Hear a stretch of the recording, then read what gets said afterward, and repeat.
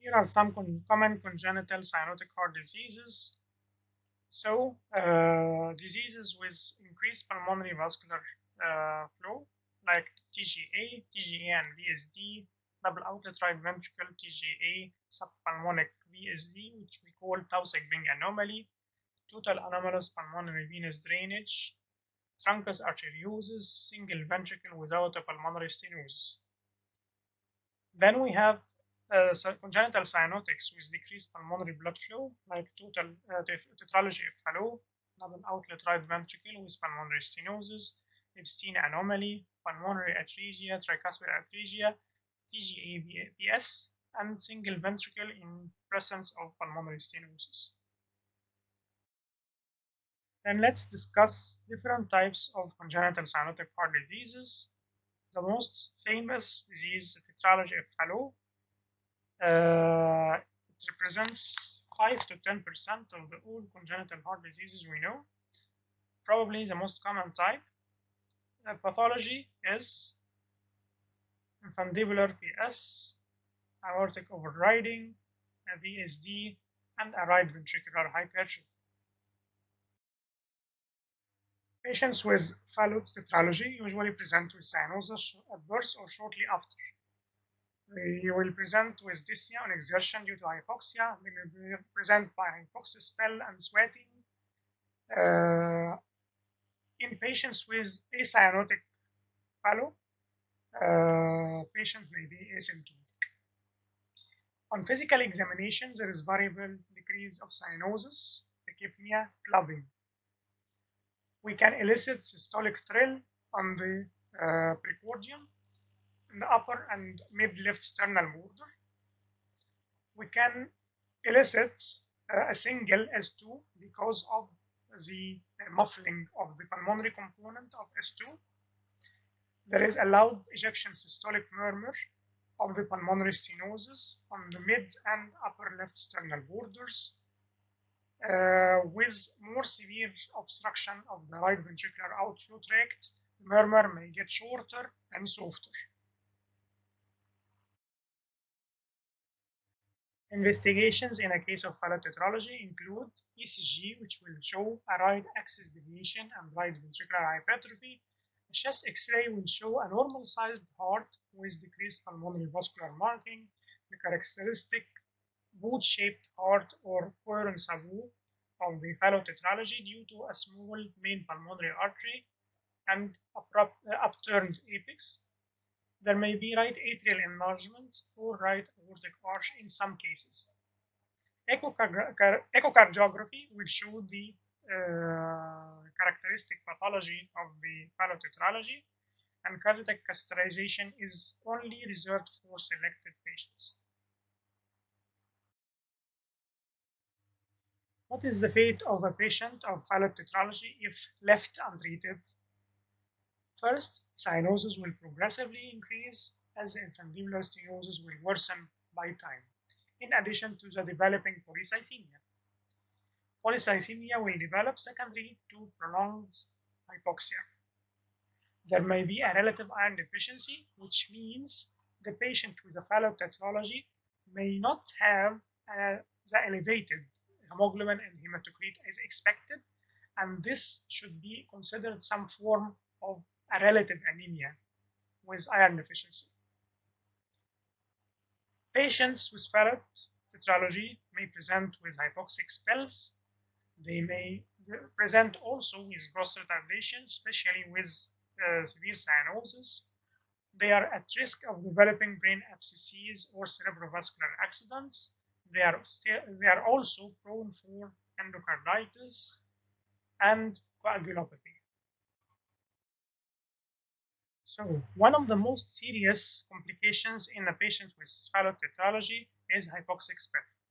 Hypoxic spell, which is also called cyanotic spell or TET spells, are characterized by paroxysms of hyperepnia, irritability, prolonged crying, increasing cyanosis, and decreased intensity of the systolic murmur.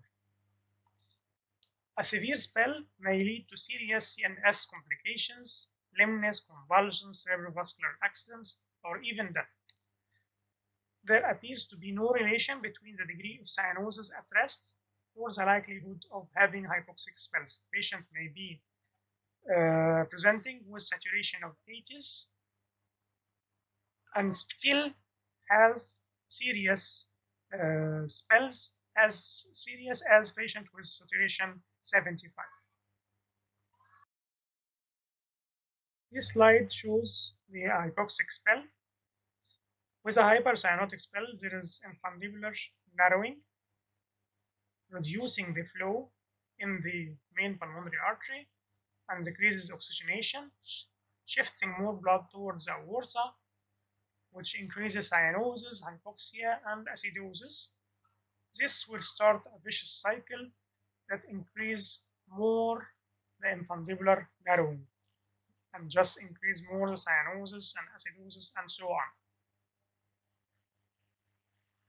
This will result into tachypnea, disappearance of the ejection systolic murmur of the pulmonary stenosis due to the outflow obstruction, and this may lead to death. Treatment of hypoxic spell should break a vicious cycle of the spell by, number one, a knee chest position where we increase the systemic vascular resistance, shifting the blood more towards the RVOT. Morphine sulfate, which decreases the irritability of the patient. Oxygen improves the hypoxia. Sodium bicarb to improve the acidosis. If these measures are not enough to control the spell, we can give IV propranolol that reduce the heart rate and reduce the infundibular narrowing, and we can also give ketamine that increase systemic vascular resistance and sedate the patient. We can also give vasoconstrictors like noradrenaline or phenylephrine that increase the systemic vascular resistance and shifts blood more towards the obstructed RVT. Medical management of patients with Fallot tetralogy includes the following. Physician must identify or treat the hypoxic spell, and the parents should also know how to deal with spells when they occur at home. Oral propranolol is given to prevent hypoxic spell until the proper timing of surgery has come. Some centers do balloon dilatation or stenting of the right ventricular outflow tract. This improves the pulmonary flow until the patient is ready for surgical repair. Relative iron deficiency should be identified and treated. As for surgical management in Fallot tetralogy, there are palliative procedures and definitive procedure. The palliative procedure includes the Blalock-Taussig shunt, where we create a shunt between the subclavian artery and the pulmonary artery on the same side. This palliative procedure aims to improve the patient's saturation and improve the pulmonary artery size until patient is fit for definitive surgery. Definitive surgical repair in Fallot tetralogy includes BSD closure with a patch, RVOT resection, and pulmonary valvotomy. The timing of the surgery varies from institution to institution, but generally it's preferred to be done early. Indications: whenever oxygen saturation drops below 75 is an indication for intervention, and in most centers, frequent hypoxic spell is an indication for urgent intervention. Symptomatic patients who have favorable anatomy of the RVOT and pulmonary arteries have primary repair at any time after 3 to 4 months of age. Mild cyanotic infants who has previous shunt surgery may be delayed for 1 or even 2 years after the shunt. There is a variant of tetralogy of Fallot where the pulmonary valve or artery are completely atretic. These represent almost 15 to 20% of tetralogy of Fallot patients. The pathology is extreme form of Fallot with extreme obstruction of the right ventricular outflow tract.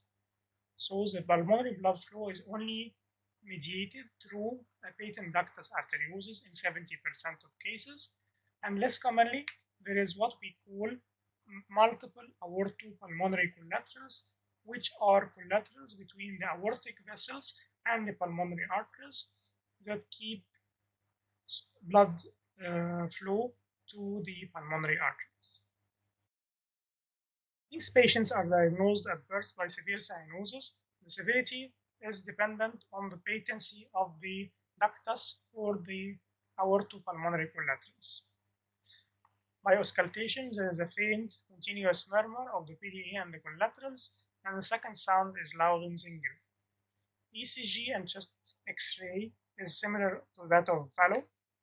Echocardiographic studies shows the anatomy of Fallot plus the absence of a direct connection between the right ventricle and the pulmonary artery. Treatment of these cases includes palliative procedures and definitive procedures. Palliative procedures aim to increase the pulmonary blood flow and allow the development of the PA branches. These procedures include either cardiac catheterization for PDA stenting or surgical intervention by Wael Tausig shunt at the Fallot. Surgical repair includes a VSD closure with a patch and resuming the continuity between the right ventricle and the pulmonary artery through a valved conduit with interrupting the collateral circulation.